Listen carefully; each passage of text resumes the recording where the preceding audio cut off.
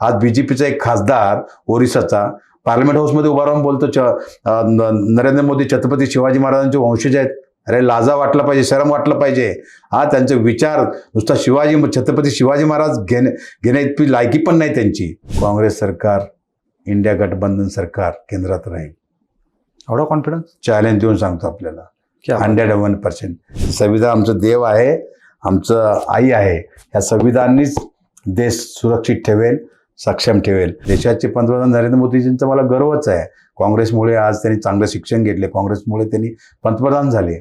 सोलापूरकर, कोरटकर सारख्या लोकांना त्या कबरमध्ये टाकून दफन केले पाहिजे. असे 100 दंगेकर जाऊ दे, काय फरक नाही पडत. काँग्रेस मी म्हणणारे संपले, काँग्रेस कधी संपणार नाही साहेब. रामाच्या विचाराने हे बोलतात. राम तर अयोध्यामध्ये हरवलं यांना. रामाच्या विचाराने कुठं वागतात. अजितदादाला मुख्यमंत्री तुम्ही खरोखर करा, तिला संधी द्या, तो नक्की सोनं करेल.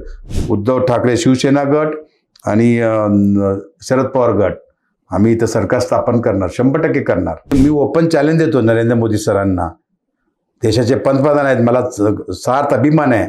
माझ्या समोर बसून त्यांनी डिबेट करावी साहेबांनी. चला, काँग्रेसचे पण काही चुका झालेत, ते आम्ही दुरुस्ती करू. पळणारे घोडे आहेत ते लग्नामध्ये आम्ही वापरलेले आहे, आणि लग्नातले घोडे बाहेर वापरलेले आहेत. ते 30-40 नेत्यांना आम्हाला त्यांना कारवाई, ते BJPला RSSला मदत करतायत. त्यांना बदलण्याची गरज आहे. ह्या महाराष्ट्रापासून सुरुवात करा असं मी म्हणतो.